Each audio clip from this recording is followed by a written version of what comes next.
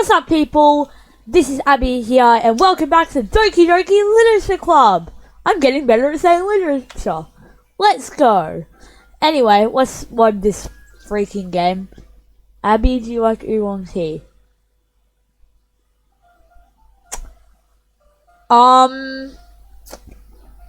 Never had it before.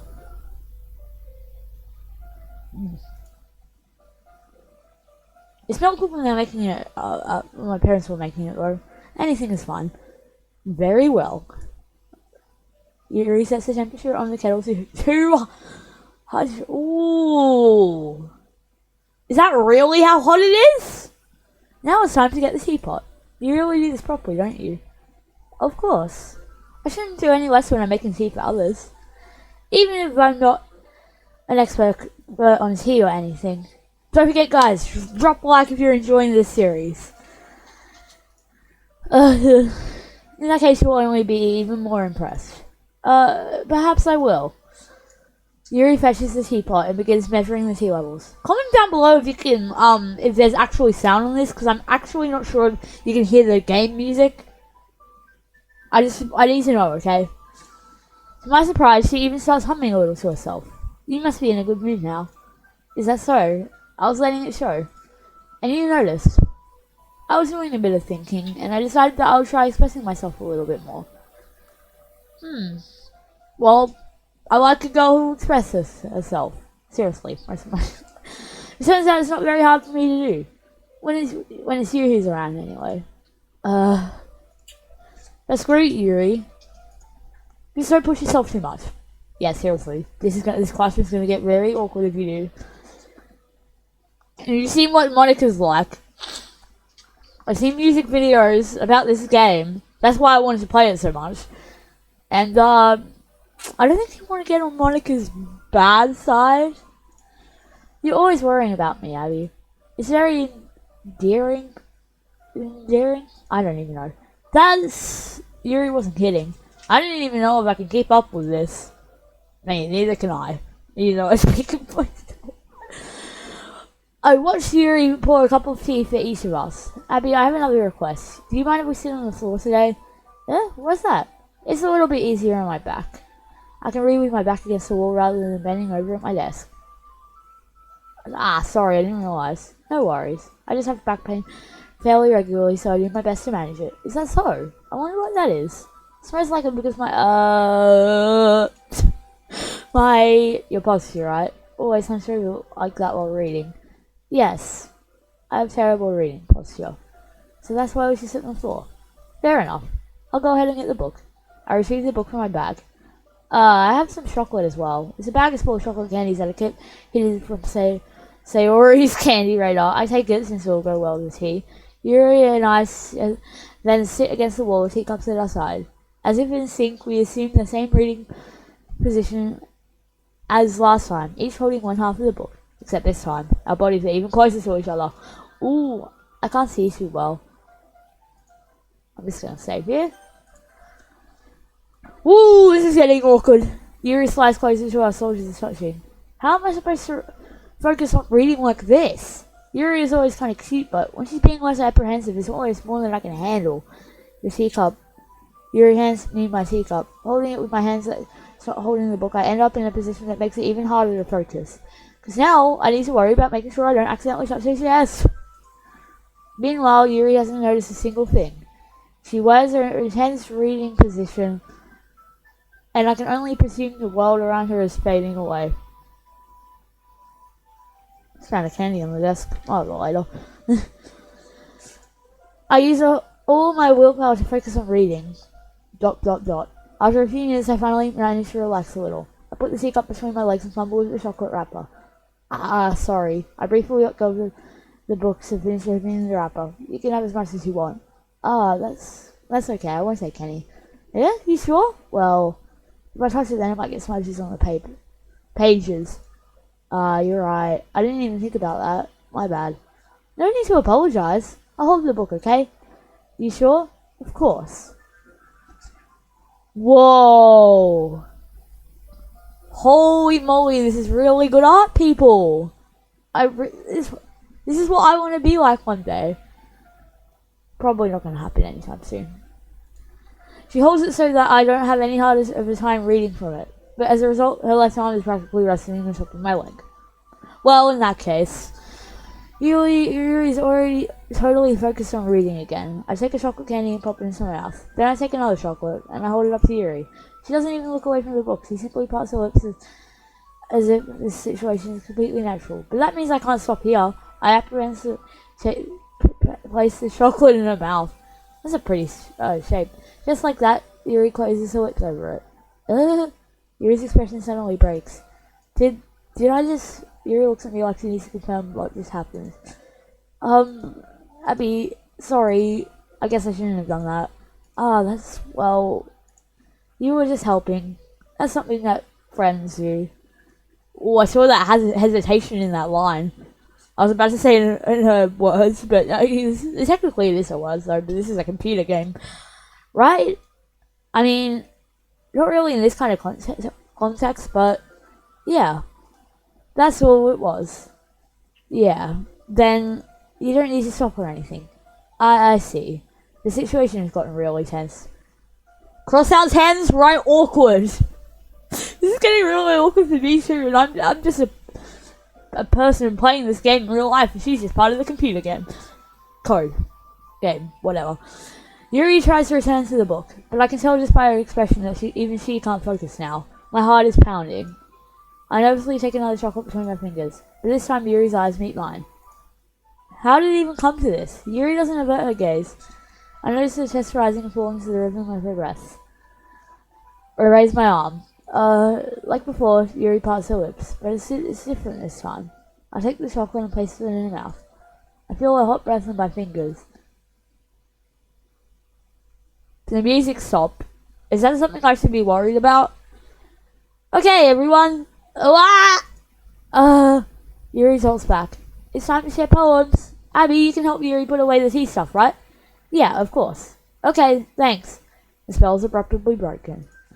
I'll take care of the cups. Yeah. Yuri picks up the teacups from the floor. I pick up the bag of chocolates. In the end, we hit silly clean up without so much as a word between us. I get the feeling this is something neither of us will have the courage to bring up.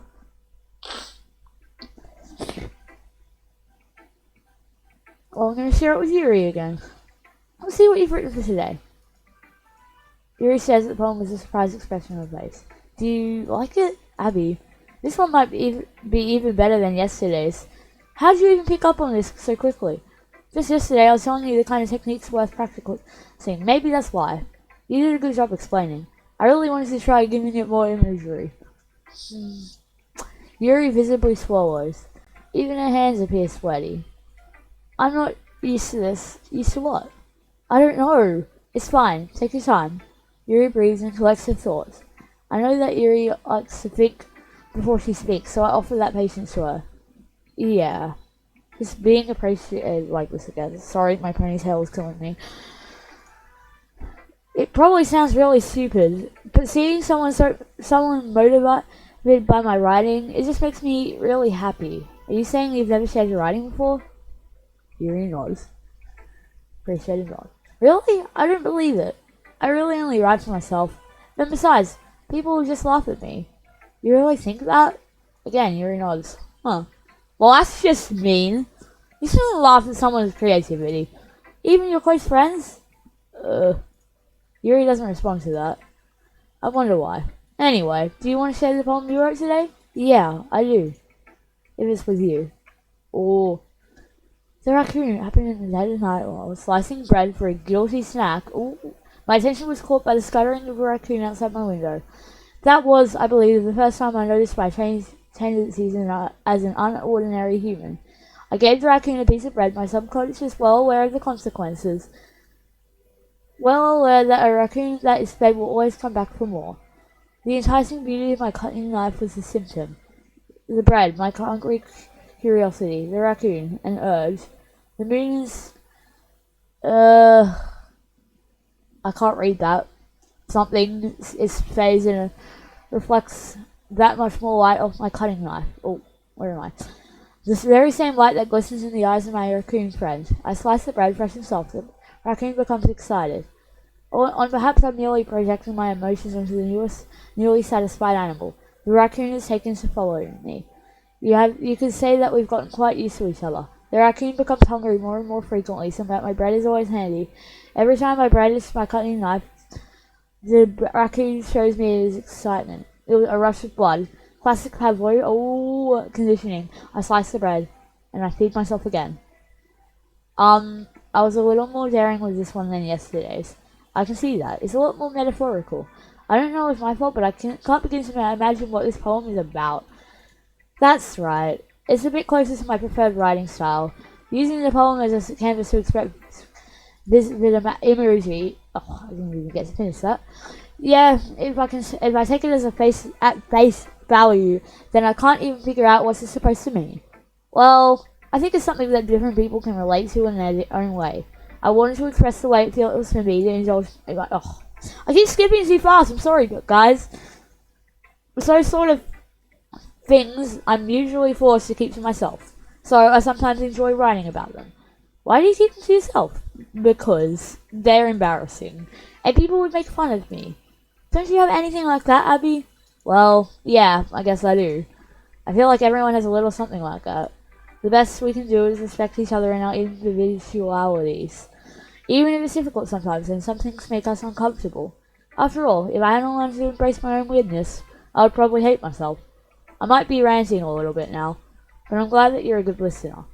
You're good at a lot of things. Writing, listening, there really aren't many people like you, Abby. That's exaggerating a little bit. It's just how I feel. I never thought I would feel so comfortable sharing my writing. But now I almost feel like I look forward to it. It's just a really nice feeling.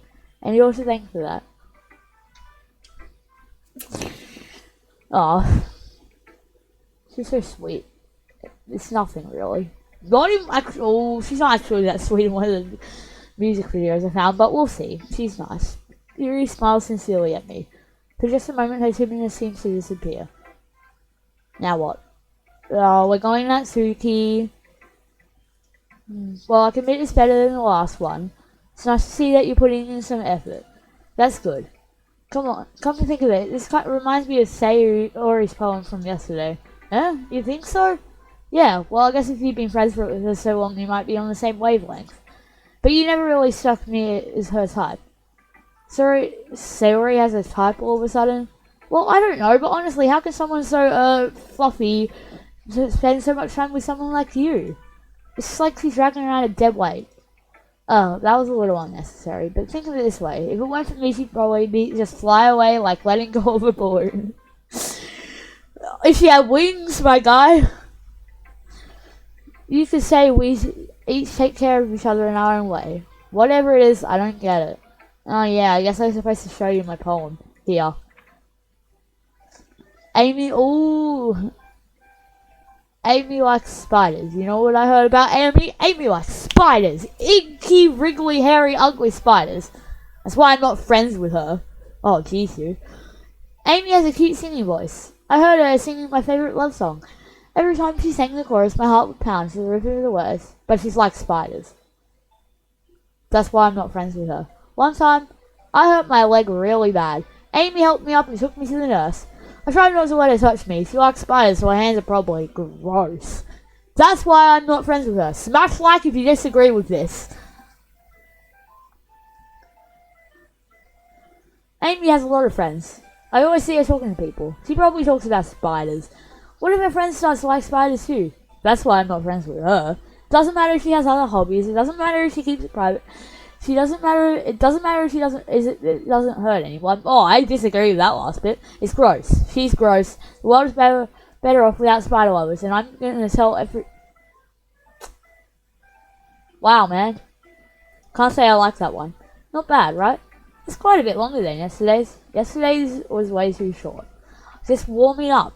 I hope you didn't think that was the best I could do. No, of course not. Anyway, the message is pretty straightforward in this poem. I doubt I have to explain it. Sometimes you can explain complicated issues with much simpler analogies. And if it helps people realize how stupid they're being, like anyone would agree that the subject of these poems is an ignorant jerk. Do you know people like that? Of course. It's how everyone thinks by that doesn't matter. Could be about anything. I wrote it to be easy to relate to. Everyone has some kind of weird hobby or a guilty pleasure. Something that you're afraid if people find out, they'd make fun of you or think less of you. But that just makes people stupid. Who cares what someone likes as long as they're not hurting anyone and it makes them happy? Okay, now I'm agreeing with you, girl. I think people really need to learn to respect others for liking weird things. Huh, that's funny. Yuri wrote about something similar today. Huh? Did you say Yuri? Yeah. She said her poem was about an unusual hobby of hers. I didn't really get it, but she said something similar to you. That people shouldn't make each other feel insecure about those things. Really? Well, I mean, Yuri's pretty weird, so I wouldn't doubt she has some weird hobbies. Not that there's anything wrong with that. It's not like I would judge her or anything. And Suki has trouble finding words. I guess I should try not to be so mean to her. If she feels insecure about her weird behavior and stuff, I mean, I always hate people who make me feel insecure. And Yuri made me feel insecure yesterday. But the way you put it, it sounds like she's learned a lesson. Well, I would say so. Even if her writing style is really different, I'm sure she'll appreciate the message in your poem. It's what I do best, after all. I don't like writing unless there's a good message to take away from it. Like conveying emotions is important. But I want to make people think, not just feel. Remember that. I'm going to write a good one for tomorrow, too, so look forward to it. Alright, we're just going to save here. Because I gotta go now. Thank you for watching. Boy, these episodes are getting even, more and more awkward every single time. But in 2 days, or whenever I can, I shall record once more on this till this game is done. But I think it's going to take a while. Not going to lie. So, yeah. See you, but don't forget to leave a like and maybe subscribe because it would really help me out.